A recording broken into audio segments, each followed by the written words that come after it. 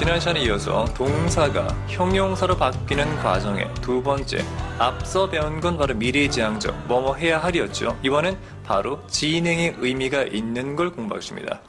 우리말로 하면 사다가 아니라 사고 있는 그 기준 시점의 동작의 진행 중이라는 얘기죠. 따라서 기본적으로 능동과 진행의 의미가 있는 바로 현재 분사, buying을 공부하겠습니다. 마찬가지 기본적인 박스를 보도록 하죠.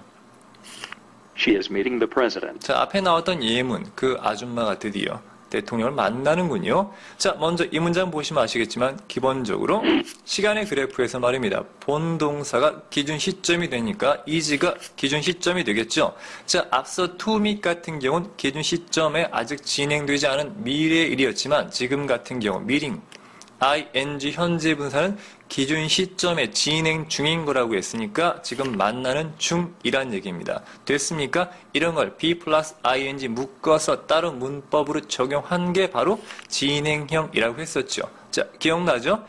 자, 이번엔 한정적 용법의 예문 한번 보도록 하죠. Look at the sleeping baby. Look at the sleeping baby. 자, 먼저 sleeping이라고 하는 ing 현재 분사가 baby란 아기를 꾸미고 있습니다. 자, 우리가 현재 분사를 바로 능동과 진행이라고 했죠. 기본적으로 sleeping이라고 하는 걸 동사로 간주해 보죠.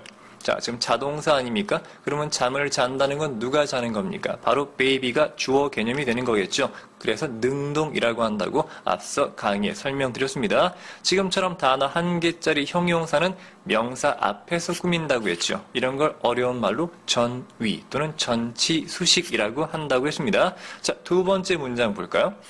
I saw a girl playing the piano. 자, 이번엔 어떤 소녀를 보았군요. 자, 어떤 소녀입니까? 바로 playing the piano. 피아노를 치고 있던 소녀겠죠? 일단 동사는 과거 아닙니까? so가 과거니까 내가 보았던 그 시점에 소녀의 피아노 연주가 진행 중이었다는 게 중요합니다. 자, 이 문장도 마찬가지. 기본적으로 play라고 하는 걸 동사로 간주하면 이번엔 타동사죠. 됐습니까? 이때 이 동작의 주체가 누구라고요? 바로 그 동사가 꾸며주는 명사, 바로 소녀가 주체가 되는 거겠죠. 즉 소녀가 친다는 얘기입니다. 하지만 이번엔 타동사니까 목적어가 필요합니다. 그 목적어가 바로 뒤에 나와 있는 피아노겠죠. 따라서 이때 준동사 개념이 타동사라면 반드시 목적어를 취한다는 걸 다시 한번 여기서 밝혀드립니다. 이만큼 묶어서 바로 형용사 구가 되는 거겠죠. 지금처럼 단어가 하나, 둘, 세 개로 길어졌지 않습니까? 자, 긴 형용사 구는 뒤에서 꾸민다고 말씀드렸고요. 이런 걸 후치, 수식이라고도 설명드렸습니다. 자, 이해가 되셨습니까? 기본적으로 ing 현재 분사는 동사 시점에 진행 중인 걸 뜻한다. 자, 지우겠습니다. 자, 넘어가서 이제는 형용사의 마지막 세 번째 기준 시점, 동사 시점 이전에 완료가 된 걸 보겠습니다. 먼저 사다란 동사의 완료 형태는 이미 사짐을 당한, 구입되어진이겠죠? 자, 이거는 바로 과거 분사, 즉 수동과 완료가 있다고 했죠. pp니까 바로 but가 되겠죠? 과거 분사입니다. 마찬가지 박스를 통해 조금 더 설명드리겠습니다. 먼저 예문을 보죠. He was invited to the party. 자, 문맥상 주어는 그입니다. 그가 뭐 되어진 겁니까? 초대되어진 거죠. 파티의 시간의 그래프를 보도록 하죠.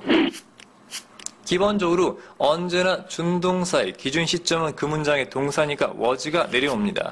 자, was 시점 이전에 초대가 이미 되어진 거 아닙니까? 안 그렇습니까? 그러니까 초대가 과거에 되어졌고 이 was 시점에는 이미 초대가 되어져 있던 상태였다는 얘기입니다. 감 잡았습니까? 자, 이런 걸 바로 비동사 뒤에 pp가 온다고 해서 바로 수동태라고도 설명드렸습니다. 자, 이번엔 다른 예문 보죠.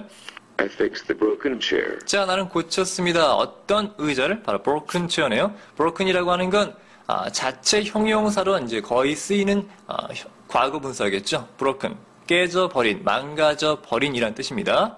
자, 마찬가지 동사로 본다면 깨트리다, break라고 하는 게 깨트리다란 타동사 아닙니까? 자, 그러면 꾸며주고 있는 chair, 의자라고 하는 게 뭘 깨트리는 동작의 주체입니까? 깨어짐을 당하는 객체입니까? 당연히 깨어짐을 당하는 객체, 즉 목적어 개념이겠죠? 따라서 이런 과거 분사를 뭐라고 했습니까? 첫 번째, 수동이라고 하는 건 당하는 거니까 수동이고요. 지금처럼 이미 고쳤다는 기준 시점에 이미 그 시점 이전에 broken 되어진 거 아닙니까? 그러니까 완료라는 것도 설명드렸습니다.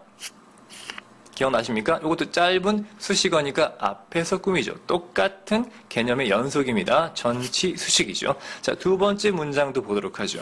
I want a car made in Korea. 자, made in Korea라고 하는 거 많이 들었죠. 한국에서 만들어진이라고 하는 분사구겠죠. 자, 먼저 꾸며주는 게 바로 made인데 마찬가지 이걸 동사로 간주해 봐요. 자, made가 원래는 make란 동사겠죠. 그러면 자동차가 뭘 만드는 주체입니까? 아니겠죠. 자동차가 만들어짐을 당하는 객체, 즉 목적어 아닙니까? 똑같은 개념입니다. 지금처럼 좀 길어지면 뒤에서 꾸미는 후치 수식이다까지 설명드렸습니다. 자, 그리고 여기서 또 한 가지 중요한 걸 설명드리겠습니다. 앞에 잠깐 언급한 적 있는데요. 과거 분사는 일반적으로 타동사를 이용해 만드는 게 많습니다만 자동사도 분명 과거 분사가 존재합니다. 자, 이런 경우죠. I picked up the ball fallen in the box. 앞에서 봤던 예문과 거의 유사한데요. 나는 집어들었습니다. 뭐를요? 공을요. 어떤 공입니까? 바로 fallen in the box. 상자 속에 떨어진 공이죠. 이때 중요한 건 fallen이라고 하는 걸 동사로 간주하면 바로 자동사란 얘기입니다. 왜요?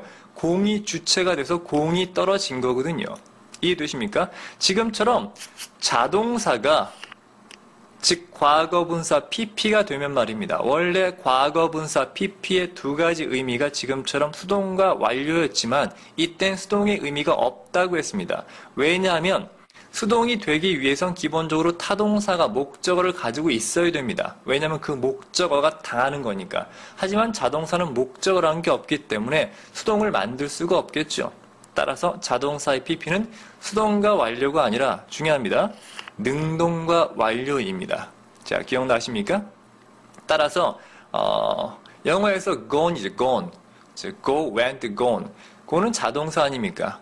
그것의 과거분사 gone이라고 하는 건 그냥 떠나버린, 가버린이라고 하는 완료 개념만 있죠. 그러니까 그 문장 동사 시점에 이미 떠나버린이라고 하는 완료만 있지 뭐뭐 되어졌다라고 하는, 뭐뭐 당했다라고 하는 수동 개념은 없다는 것입니다.